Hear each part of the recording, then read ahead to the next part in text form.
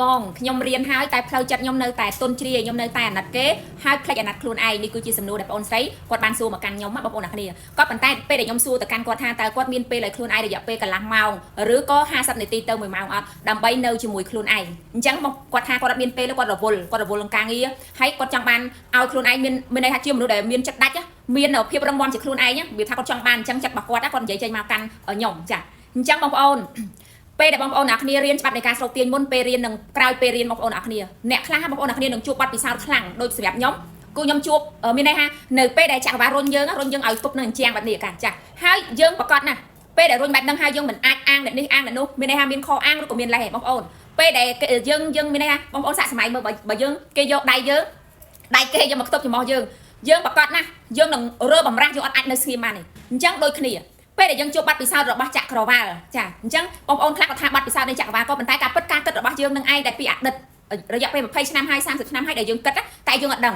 ពេលដែលយើងចូលមករៀនយើងចាប់ដើម control ខ្លួនយើង control ការគិតចាការមើលឲ្យនៅក្នុងផ្លូវវិជ្ជមានព្រោះដឹងថាពេលដែលយើងគិតអវិជ្ជមានវានឹងស្រូបទាញមកលឿនចាអញ្ចឹងយើង control ខ្លួនយើងអញ្ចឹងចាប់ដើមប្រលេះវាចេញអញ្ចឹងចាតែអ្នកខ្លះក៏ទប់ទល់អត់បានទេចាទប់ទល់អត់បានមានន័យថាពេលដែលអត់ទាន់ជួបរឿងជឿលើចក្រវាលពេលដែលជួបរឿងឲ្យទៅណាយកូនប្របាក់ណាកូនវេទនាណាចាគ្រាន់តែបងប្អូនគិតបែបហ្នឹងពឹបចក្រវាលរត់ចេញពីយើងបាត់ហើយចាអញ្ចឹងព្រោះខ្ញុំថាចក្រវាលគឺជាយើងគឺជាចក្រវាលពេលដែលគ្រាន់តែយើងគិតបែបហ្នឹងពឹបចក្រវាលនឹងចេញពីយើងហើយក៏ប៉ុន្តែបើយើងថយមកជួបរឿងអីដែលបងប្អូនថយមកនៅអង្គុយស្ងៀមចាដកដង្ហើមចេញចូលតែ20នាទីទៅកន្លះម៉ោងដូចមានអារម្មណ៍ថារឿងស្រាខ្លួនឲ្យលឿនចាគឺយើងត្រូវការរឿងនេះកូនមិនចាត់ចែងទេវាហួសនឹងសមត្ថភាពរបស់កូនហួសនឹងកម្លាំងរបស់កូនត្រូវការបកគលជូនទៅកាន់ចក្រវាលចាជាអ្នកចាត់ចែងឲ្យកូនចាអញ្ចឹងការងារស្រាលយើងជាអ្នកធ្វើដូចការចេញធ្វើវីដេអូធ្វើអ្វីជួយមនុស្សនិយាយអីលើកទឹកចិត្តគាត់បានយើងក៏ធ្វើទៅតែការងារណាមួយដែលលើសពីសមត្ថភាពរបស់យើងចាឧទាហរណ៍ថាបងប្អូនមានបំណងប្រាថ្នាឆ្នាំហ្នឹងខ្ញុំត្រូវការលុយ$30,000ហើយបើយើងគិតពីភាពវែងញ៉ៃថាអូលុយ$30,000មកពីណាមកផ្លូវណាបើអត់មានធ្វើអីចានេះហួសពីសមត្ថភាពរបស់យើងអញ្ចឹងយើងបកគលជូនចក្រវាលទៅចាកុំចេះចាត់ចែងអញ្ចឹងដូចបងអូនស្រីអញ្ចឹងគាត់ចង់បានផ្លូវចិត្តមួយដែលរឹងមាំឲ្យស្គាល់ខ្លួនឯងឲ្យស្គាល់បែបណាបើគាត់អត់មេរៀនក៏គាត់អត់មានពេលស្ដាប់អនុវត្តក៏គាត់អត់មានពេលអនុវត្តចាចក្រវាលឯណាជួយយើងបានបើសិនជាយើងអត់ជួយខ្លួនឯងចាអញ្ចឹងការដែលខ្ញុំប្រាប់ថាបងប្អូនឲ្យចក្រវាលជួយយើងលុះត្រាតែយើងជួយខ្លួនឯងដូចគ្នាអញ្ចឹងពេលដែលយើងជួបនឹងរឿងមួយដែលបាត់ពិសោធន៍ក្នុងការទល់មុខជញ្ជាំងពឹបឲ្យតែបងប្អូនអរគុណអស់ពីចិត្តអរគុណឲ្យស្នេហ៍ដល់ចក្រវាលក្រោយមកចាបងប្អូននឹងមានដំណោះស្រាយធ្វើការរួមធ្វើការរត់ធ្វើការរលាកអារម្មណ៍របស់ខ្លួនឯងឲ្យបានពេលដែលអង្គុយស្ងាត់បងប្អូនប្រឡែងឬក៏ដេកទៅសន្ធឹងចង់ប្រឡែងទាំងអស់បងប្អូននឹងបានសារឬក៏សម្លេងមួយដែលមកប្រាប់បងប្អូនត្រូវធ្វើនេះត្រូវធ្វើនេះយ៉ាងពិតប្រាកដក៏ប៉ុន្តែយើងមានពេលឲ្យខ្លួនឯងដូចគ្នាបើបងប្អូនថាខ្ញុំមានពេលទេអូខេបងប្អូនអាចនៅជាមួយខ្លួនឯងបាន20នាទីអីអញ្ចឹងទៅគឺធ្វើទៅតាមលទ្ធភាពពេលវេលាដែលយើងមានក៏ប៉ុន្តែយើងត្រូវតែមានវិន័យហើយបើសម្រាប់ខ្ញុំ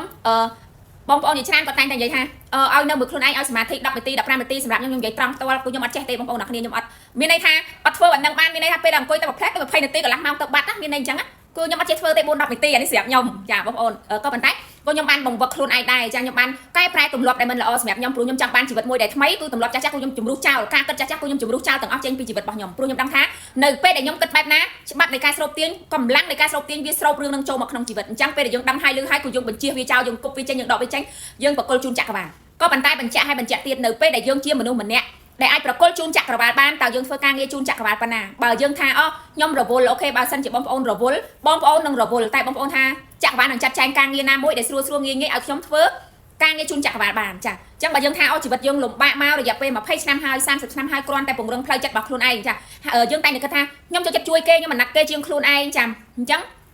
អូខេបងប្អូនអ្នកគ្នាយើងឲ្យខ្លួនឯងស្រឡាញ់ខ្លួនឯងចាហើយយើងក៏កុំធ្វើបាបខ្លួនឯងតែមិនមែនឲ្យយើងអាត្មានិយមធ្វើអ្វីដើម្បីតែផលប្រយោជន៍ខ្លួនឯងទេអត់ទេគ្រាន់ថាពេលដែលយើងចេះស្រឡាញ់ខ្លួនឯងឧទាហរណ៍បងប្អូនមានលុយតែ10000លុយខ្មែរបើគេមករកយើងមកខ្ចីយើង10000បងប្អូនឲ្យអត់បើបងប្អូនឲ្យទៅកាន់គាត់យើងធ្វើបាបខ្លួនឯងតែយើងថាខ្ញុំអត់ឲ្យខ្ចីទេតែខ្ញុំឲ្យបង1000លុយខ្មែរឬក៏2000លុយខ្មែរបងយកទៅធ្វើអីធ្វើទៅអានេះហើយយើងអត់ធ្វើបាបខ្លួនឯងទេចាយើងជួយទៅតាមលទ្ធភាពទៅតាមសមត្ថភាពដែលយើងមានគឺបែបហ្នឹងនេះហើយដែលគេយើងមិនអាណិតគេជាជាងខ្លួនយើងទេក៏ប៉ុន្តែក៏មិនអាត្មានិយមយើងជួយគាត់ទៅតាមលទ្ធភាពដែលយើងជួយបានដូចជារៀងរាល់ថ្ងៃម្ដងសិទ្ធិការធ្វើការចែករំលែកច្បាប់មួយនេះអញ្ចឹងខ្ញុំគ្រាន់តែមកបង្ហាញផ្លូវបងប្អូនឲ្យបងប្អូនស្គាល់ផ្លូវនេះហើយដឹងធ្វើម៉េចចេះស្រឡាញ់ខ្លួនឯងពង្រឹងផ្លូវចិត្តខ្លួនឯងតែបងប្អូនជាអ្នកអនុវត្តទេមិនមែនថា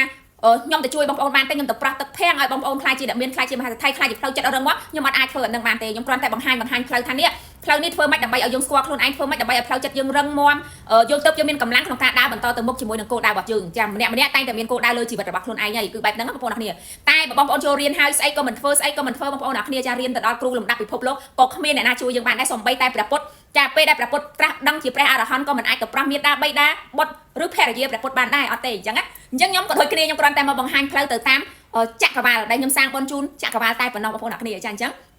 បងប្អូនចូលផ្លាស់ប្ដូរការគិតផ្លាស់ប្ដូរទម្លាប់ហើយបើយើងចង់បានអ្វីដែលថ្មីក៏ប៉ុន្តែអាចាស់យើងមិនព្រមបោះចោលធ្វើម៉េចយើងបានតែថ្មីទម្លាប់គេងម៉ោង7នៅតែម៉ោង7ធ្វើម៉េចយើងបានជីវិតថ្មីចុះបើសិនជាយើងគេងម៉ោង7យើងអាចកាត់បន្ថយមកត្រឹមម៉ោង5ម៉ោង6យកពេល40នាទី30នាទីចាយកមកអនុវត្តអ្វីដែលថ្មីខ្ញុំជឿថាមនុស្សយើងមានពេលវេលាដូចគ្នាក៏ប៉ុន្តែសំខាន់គេចេះរៀប plan រៀបចាំវិន័យឲ្យខ្លួនឯងបងប្អូននឹងមានពេលវេលាបើសិនជាយើងថាខ្ញុំចង់បានរាងស្អាតបងប្អូនត្រូវតែដាក់កំហិតខ្លួនឯងខ្ញុំត្រូវតែហាត់ប្រាក់ពេលដែលយើងដឹកនាំវាយូរមុនដំបូងយើងអត់ដែលធ្វើចាយើងធ្វើទៅសិនចាយកកាយរបស់យើងនាំចិត្តវាសិនចាធ្វើយូរបងប្អូននឹងខ្លាចជាសណ្ដានដោយអូតូម៉ាទិកចាគ្មានអ្វីដែលបងប្អូនធ្វើបានទេមនុស្សខ្លាំងណាស់បងប្អូនអរគ្នាចាអញ្ចឹងសូម្បីតែមនុស្សអាចបង្កើតយន្តហោះបានមនុស្សក៏អាចបង្កើតមនុស្សបានអញ្ចឹងមនុស្សក៏អាចបង្កើតគ្រប់យ៉ាងដែលយើង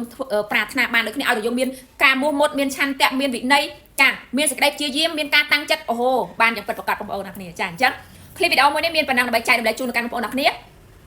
ដោយក្តីស្រឡាញ់និងបំណងល្អពីម្ដាមសេដ្ឋីកាចង់បានជីវិតថ្មីបោះចោលទម្លាប់ចាស់អរគុណច្រើនបាយ I love you